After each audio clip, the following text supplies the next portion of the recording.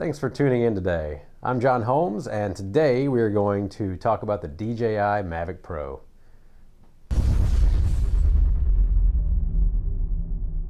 So I've had this Mavic Pro basically since they came out, and I've used it as much as I can, which isn't as much as somebody that's doing videography for a living or doing a YouTube page a lot. But I've still gotten a good bit of use out of it, and as I promised to y'all, I'm going to do a review of at least how I like to use it. I'm not really a power user, I would say, but I'm just more of a regular Joe user. I don't get into all the features. I just want to fly. I want to get good videos and maybe some good photos out of it. So let's get into it. As I said, I'm just really a basic user of this thing. I'm kind of, familiar with how things fly, so this sort of controller is good for me. And, really needed something to fly and take some good photographs for me, some good videos. So I picked it up, and the first thing that I noticed was that it's really easy to fly. This is by far the most stable one that I've ever had as far as a quadcopter. They've been called in the market for a long time, but this is a drone, I guess, since it's just for taking videos for videography. A larger drone would be easier to fly. The larger they get, the more stable they get because your center of mass is kind of spread out along a bigger area. And so having something that's this tiny, I'll go ahead and unfold it so you can see just how tiny they are when they're ready to fly. Having something this tiny that is just so rock solid was a surprise for me.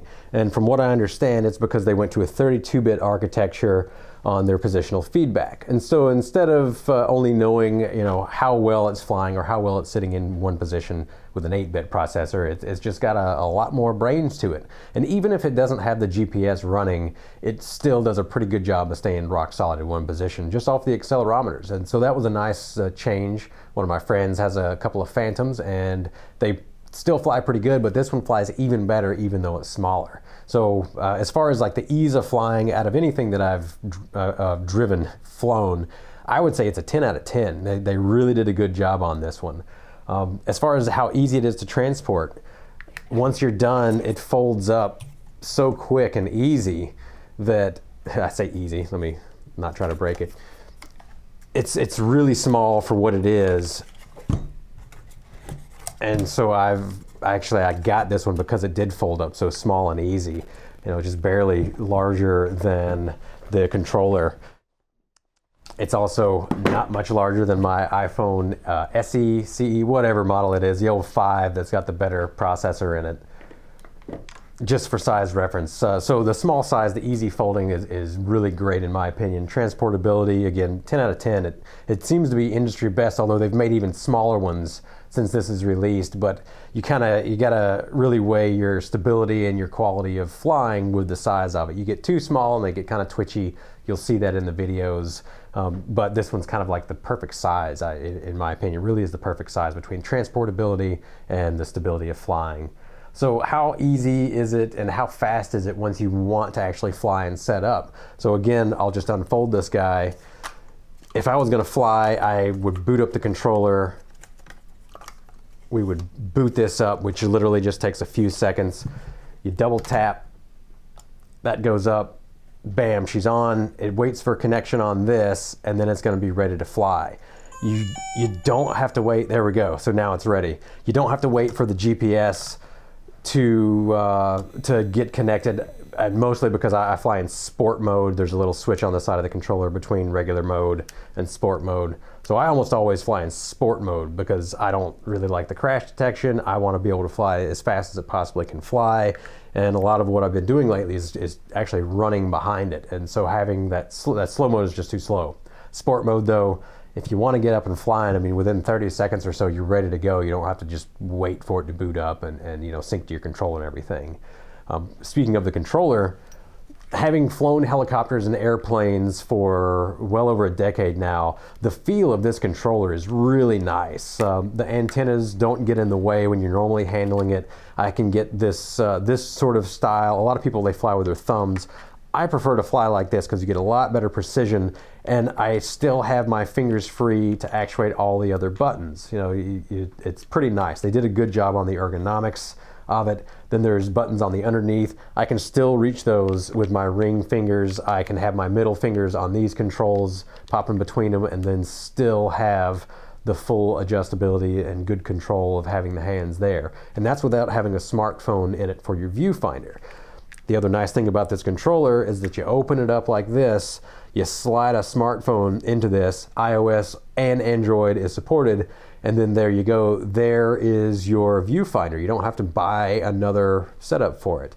I'm currently using this phone, the SE, CE, whatever, I don't know, electronics that good in some ways.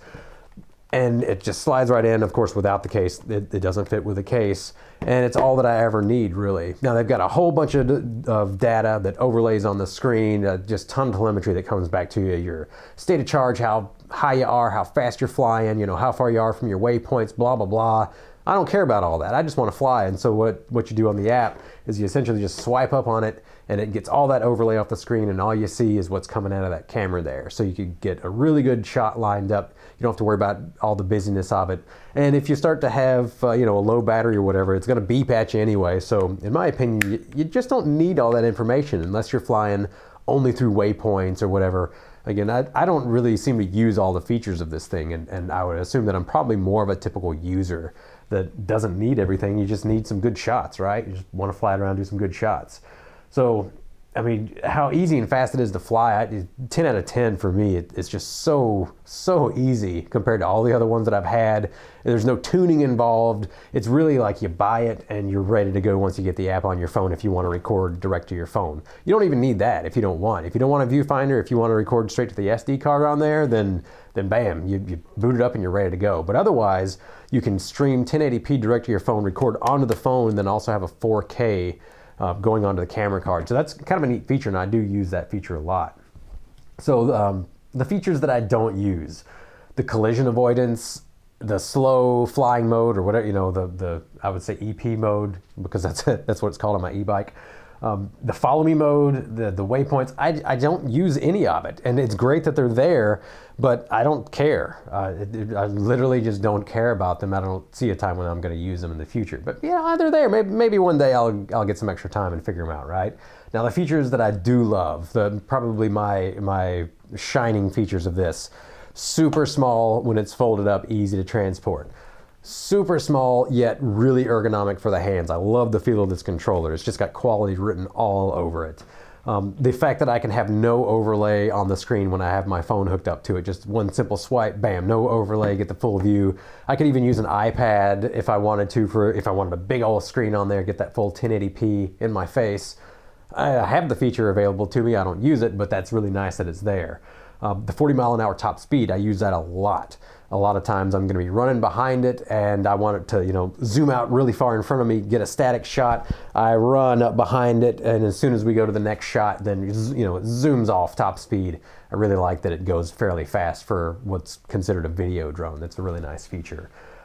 Having the sport mode in general is a nice feature, to where you can get rid of all of the extra bells and whistles. You don't have to worry about the collision avoidance. You know, it's got these two cameras here. It has two cameras on the bottom, and then it also has these basically sonars that it uses whenever it's in the landing mode. It goes down to like 3 feet. It uses the sonar, and then it comes down real slow after that. So lots of features that I don't really care for, but they're there and they're nice to have.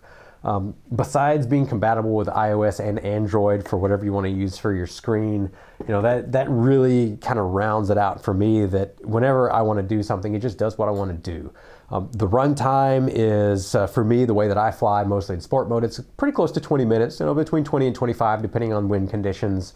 It does have a, let's see, almost a 4 amp hour battery on there, 3.83 amp hours, 11.1 volt LiPo.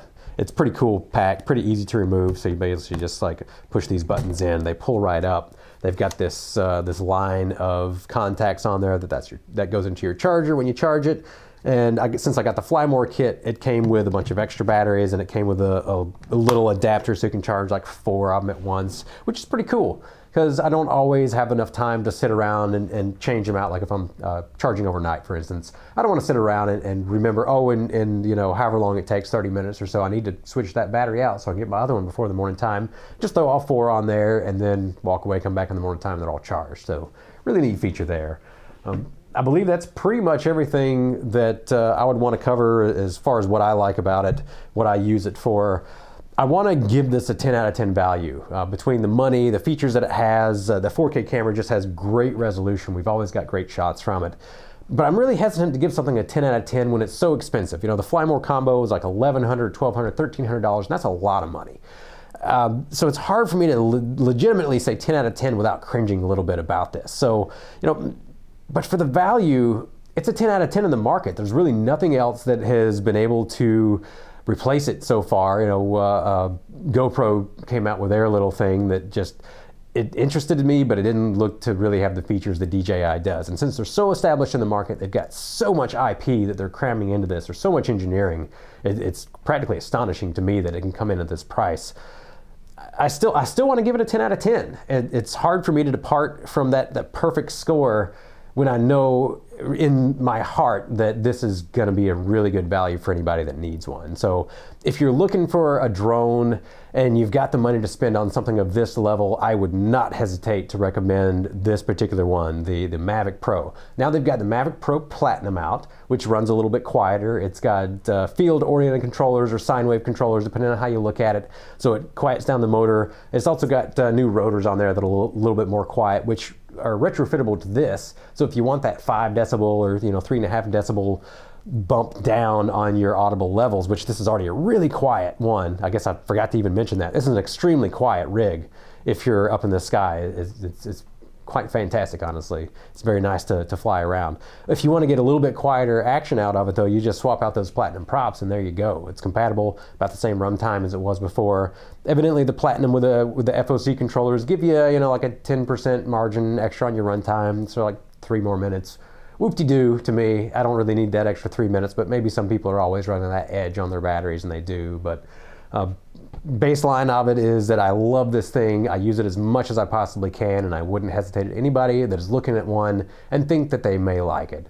So with that, if you got any more questions, feel free to post them down below. We'll get to you, and anything else you'd like to see about it, we can cover that for you too. So appreciate you tuning in today. Hope it helped you out. Have a good one.